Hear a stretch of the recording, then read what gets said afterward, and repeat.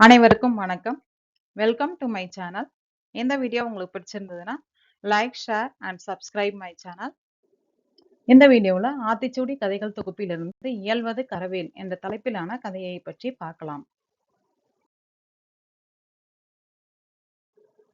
மயிலாடி என்ற ஊரில் தினசரி சந்தை ஒன்றிருந்தது. சந்தையில் எல்லா பொருட்களுமே மக்களுக்கு தரமான விலையில் கிடைத்ததால் மக்கள் கூட்டம் தினமும் சந்தையில் அலைமோதியது.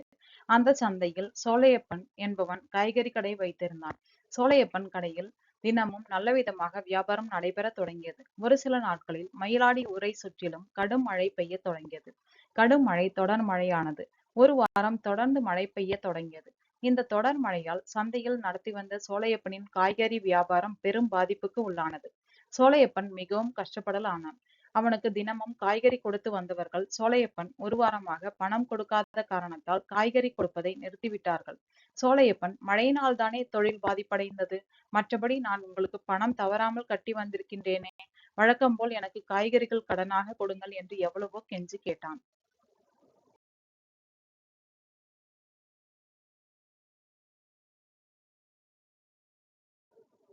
சோலையப்பனின் அழுகுரலை மொத்த காய்கறி வியாபாரிகள் நிராகரித்து விட்டனர். சோலையப்பன் கவலையில் ஆழ்ந்தான்.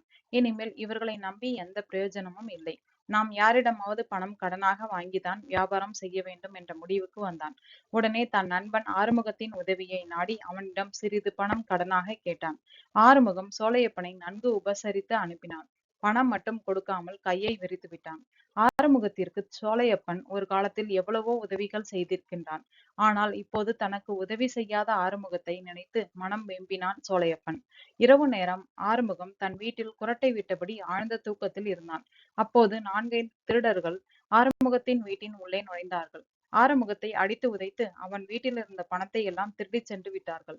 சோலையப்பனுக்கு உதவி செய்யாத ஆறுமுகத்தின் பணம் அநியாயமாக திருடர்களின் வசம் சென்று விட்டது.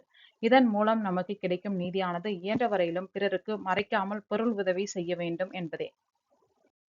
இந்த வீடியோ உங்களுக்கு பிடிச்சிருந்ததுன்னா like, share and subscribe my channel.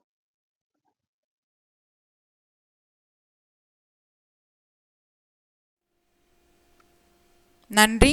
Thank you for வாட்சிங்.